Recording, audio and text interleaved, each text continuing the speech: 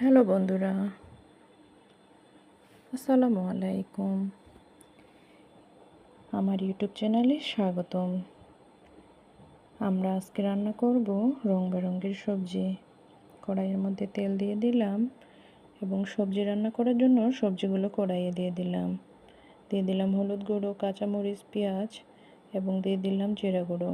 স্বাদ বাড়ানোর জন্য লবণ, সামান্য পরিমাণ লবণ দিয়ে দিয়ে দিলাম শুকনো মরিচ কুচি, দিয়ে দিলাম সয়াবিন তেল।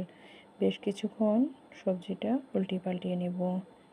আপনারা যারা আমার ভিডিও এতক্ষণ থেকে দেখতেছেন তারা আমার ভিডিওতে লাইক, কমেন্ট এবং সাবস্ক্রাইব করবেন প্লিজ, যেন আমি পরবর্তীতে ভিডিও দিতে উৎসাহিত হই।